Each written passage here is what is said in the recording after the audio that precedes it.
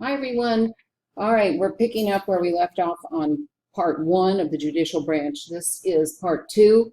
We talked about Marbury versus Madison, and I will show you a video on that in class. So just remember for now that it is established judicial review. Okay, selection of judges. The lower courts, also called the inferior courts, which are below all the federal courts that are below the Supreme Court. Those judges also are appointed by the president and confirmed by a majority, not 2/3, but a majority of the Senate. There's also something called senatorial courtesy that you need to know about. It just means that the president runs the name of the person, the nominee, that he or she wants to appoint to the Supreme Court or to the federal courts. Actually, okay, it's just the lower courts, just the federal courts, not the Supreme Court.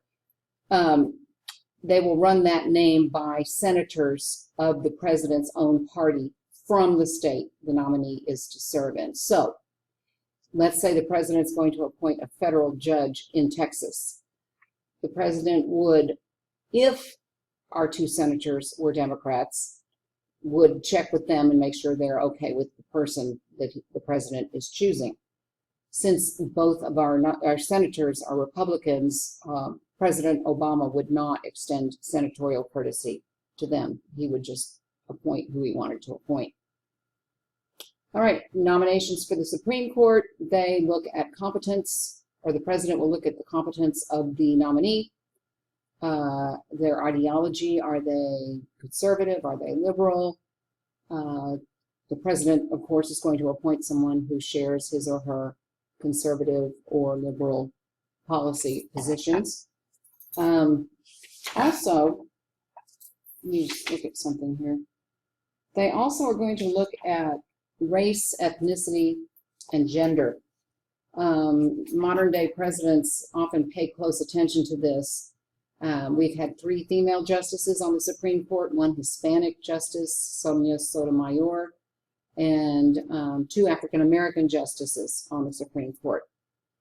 And for the confirmation process, the nominees are checked out by the FBI, background check on them, also a check with the American Bar Association. Also, interest groups are increasingly playing an important role in trying to influence the confirmation process, trying to influence senators to confirm nominees that they like.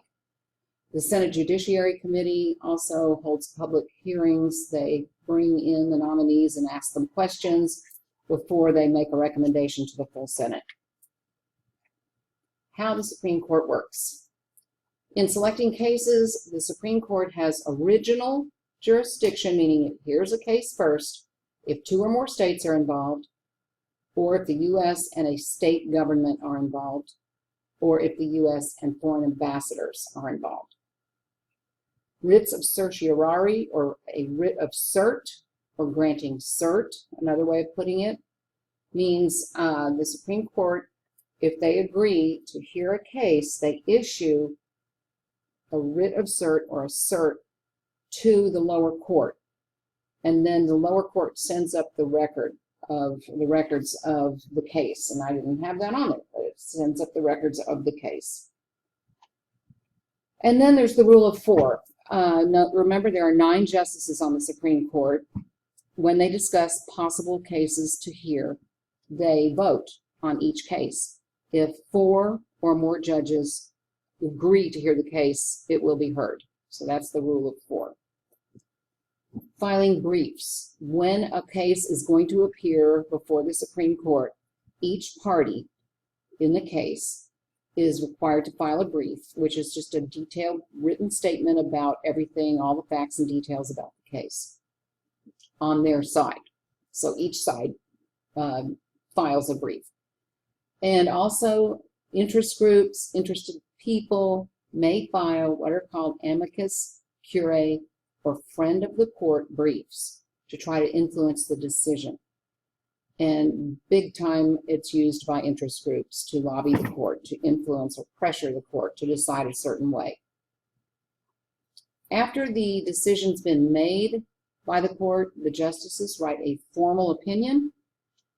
The majority opinion is what the decision was of the court. Also, justices might write concurring opinions, which say, I agree with the majority opinion, but I came about my decision a little bit differently, and here's why. Or there's a dissenting opinion, which is written by the justice, one of the justices who did not agree with the majority decision, and they explain why. Okay, we're going to stop here. We're going to talk about judicial activism in part 3. So we're done.